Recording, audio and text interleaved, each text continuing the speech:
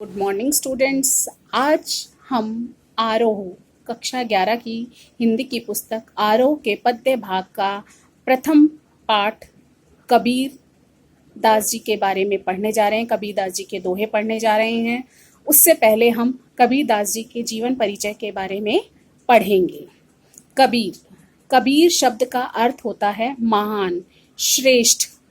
जन्म सन 1398 वाराणसी के पास लहरतारा उत्तर प्रदेश में हुआ। प्रमुख रचनाएं बीजक, जिसमें साखी, सबद एवं रामायणी संकलित हैं। मृत्यु सन 1518 में बस्ती के निकट मगहर में। कबीर भक्ति काल की निर्गुण धारा ज्ञानाश्रय शाखा के प्रतिनिधि कवि हैं। निर्गुण धारा यानी कि वे ईश्वर को एक मानते थे। वो कहते थे ईश्वर निराकार है, यानी ईश्वर का कोई आकार नहीं है, कोई स्वरूप नहीं है। ईश्वर सभी के हृदय में विद्यमान है। वे अपनी बात को साफ एवं दो टूक शब्दों में प्रभावी ढंग से कह देने के हिमायती थे। बन पड़े तो सीधे सीधे, नहीं तो दरेरा देकर, यानी कि बन पड़े तो सीधे सीधे बोल दिया, नहीं तो दो टूक जवाब दिया। इसलिए कबीर को हजारी प्रसाद द्विवेदी ने वाणी का डिक्टेटर कहा है। डिक्टेटर मीन्स तानाशाह। कबीर के जीवन के बारे में अनेक किंवदंतियां प्रचलित हैं। उन्होंने अपनी कविताओं में खुद को काशी का जुलाहा कहा है। कबीर के विधिवत साक्षर होने का कोई प्रमाण नहीं मिलता। मसी कागद छुयो नहीं, कलम गही नहीं हाथ, जैसे कबीर की पंक्तियां भी इस बात का प्रमाण देती हैं। उन्होंने देशाटन और सत्संग से ज्ञान प्राप्त किया है। किताबी ज्ञान के स्थान पर आंखों देखे सत्य और अनुभव को प्रमुखता दी है। उनकी रचनाओं में नाथों, सिद्धों और सूफी संतों की बातों का प्रभाव मिलता है। वे कर्म कांड और वेद विचार के विरोधी थे तथा जाति भेद, वर्ण भेद और संप्रदाय के स्थान पर प्रेम, सद्भाव और समानता का समर्थन करते थे।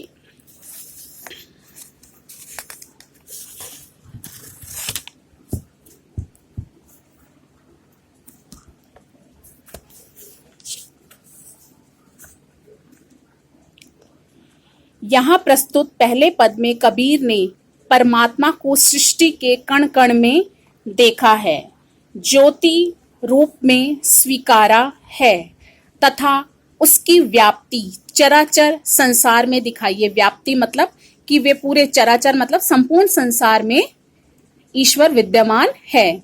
इसी व्याप्ति को अद्वैत सत्ता के रूप में देखते हुए, अद्वैत मतलब अद्वितीय सत्ता के रूप में देखते हुए विभिन्न उदाहरणों के द्वारा रचनात्मक अभिव्यक्ति दी है।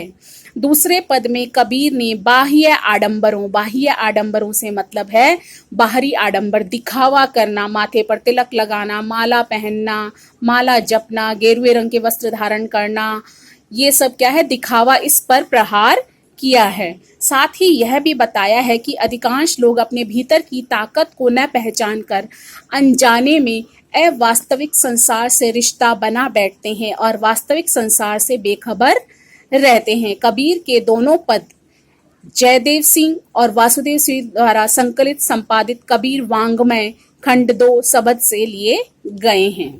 तो आपका प्रथम पद जो है अब शुरू होता है। प्रथम पद, सबसे पहले हम इसका पहला पद जो है पढ़ेंगे।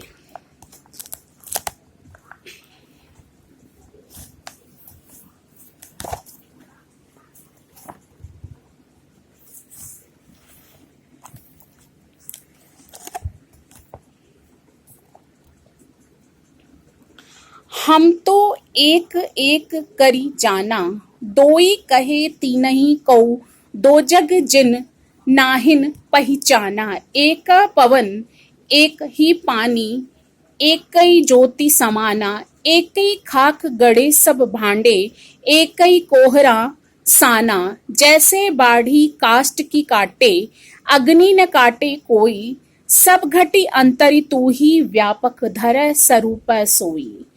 माया देखी के जगत लुभाना, काहे रे नर गरबाना, निर्भय भया कछु नहीं व्यापे, कहे कबीर दीवाना। इसमें इस पद्य में कबीर दास जी जो है ईश्वर के संसार में व्याप्ति बताते हैं कि हमारा जो ईश्वर है वह संपूर्ण संसार में व्याप्त है। प्रत्येक व्यक्ति के हृदय में ईश्वर का निवास है। वह चाहे मतलब वो बताना चाह रहे हैं कि शरीर सबके अलग अलग है, लेकिन जो उनके शरीर में जो आत्मा है वो एक ही है। हम तो एक एक करी जाना, कबीरदास जी कहते हैं मैंने तो ईश्वर के रूप को पहचान लिया है। एक एक करी जाना मतलब मैं ईश्वर के एक ही रूप को पहचान गया हूं। दोई कहे तीन ही को दो जग जिन नाही पहचाना। और कुछ लोग तो, दोई मतलब कुछ लोग तो जो है कहते हैं कि ईश्वर के अलग अलग रूप है। जिन नाही पहचाना, जिन्होंने ईश्वर के रूप को नहीं पहचाना। तिन्हई को दो जग, और उनके समान दो जग मतलब वे नरक के समान है। ईश्वर के रूप को नहीं पहचानना उनके लिए नरक के समान है। एक है पवन एक ही पानी, एक ही ज्योति समाना। इस पूरे संसार में एक ही पवन बहती यानी एक ही हवा बहती है, एक को ही पानी और एक ही पानी है, और एक ही ज्योति यानी एक ही प्रकाश सभी के अंदर विद्यमान है। एक ही खाक गड़े सब बांडे, एक ही मतलब एक ही, खाक मतलब मिट्टी से, गड़े मतलब बनाए सब भांडे, सारे बर्तन कोहरी साना कुमार जो है एक साथ बनाता है।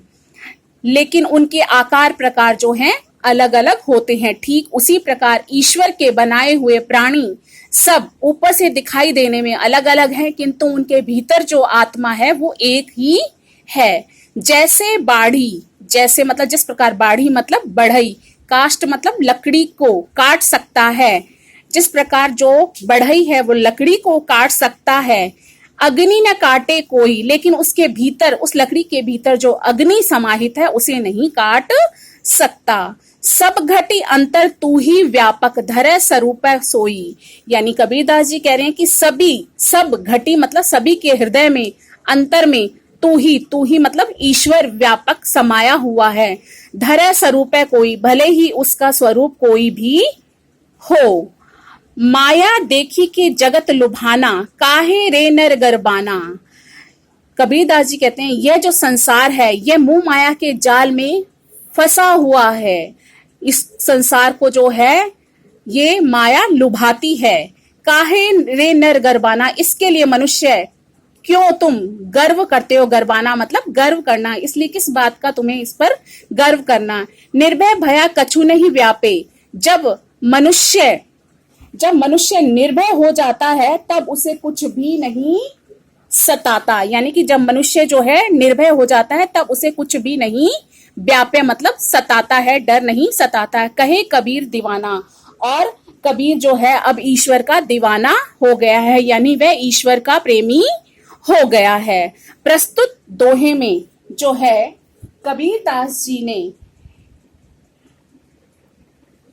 ईश्वर की परम सत्ता को स्वीकार किया है, जिसकी उन्होंने पुष्टि जो है कई उदाहरणों के द्वारा की है। इस पद में कबीर ने ईश्वर के एक रूप के बारे में बताया है कि मेरा ईश्वर जो है एक ही है और सभी के हृदय में उसका निवास है।